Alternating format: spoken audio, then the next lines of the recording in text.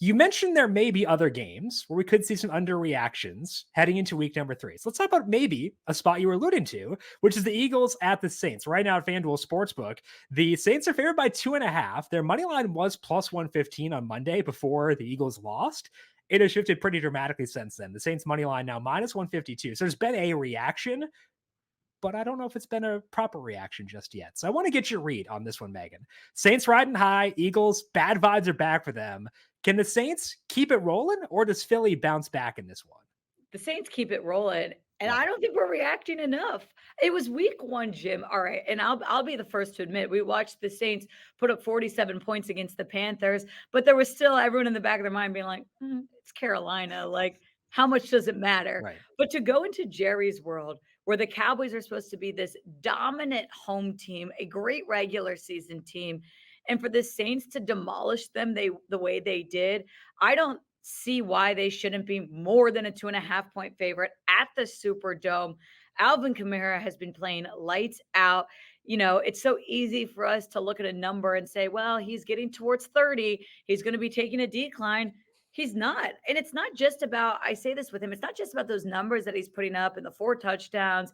He is so versatile. He is still so fast. He's fun to watch. He's very patient. And Clint Kubiak, I think, deserves a lot of credit for coming in as the Saints' new offensive coordinator. He comes from the Kyle Shanahan tree, so we know that means, change at the line of scrimmage, play Yeah. action, pass. I think that's benefited the Saints a lot. And against the Eagles, I don't think we've seen enough to really buy in on Philly just yet. So I am happily taking the Saints at minus 2.5 in this one. I did the exact same. I We're took their on money to it. I line. like this. We're seeing Yeah, it I the mean, it's same. synergy again. This is always good. Yes. It's led to good things so far. I took the money line at plus 115 Monday because I just Yeah. felt good about the Saints at It's that so point. good. Didn't think we'd see what we've seen since then. But hey, I'm not going to complain about that by any means. And I think, kind of like you were saying, it comes down to both sides here, where, yeah, we're buying high in the Saints, but also like I was lower on the Eagles than the market coming into this year. And honestly, like, Hurts was kind of up and down in that Packers game. Like there were some good points, but it was also not perfect. And then you see what happens to them against the Falcons, and it's like, okay, the bad vibes from last year are back. So I don't think this is an overreaction to put the Saints at minus 2.5 in this game based on what we've seen out of both sides, not just the Saints so far.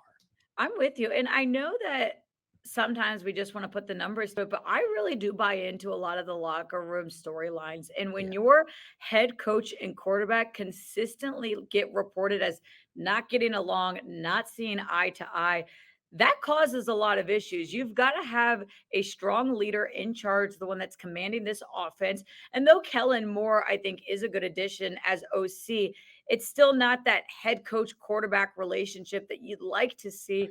And in a competitive NFC East, which by the way, can we say maybe the NFC South might end up being more competitive than the NFC East? Yeah. It's going to take a lot for Philadelphia to turn it around when they got teams like the Cowboys in their division. Yep, I definitely agree. And so Megan and I both in the Saints minus 2.5 here as they take on the Eagles on Sunday.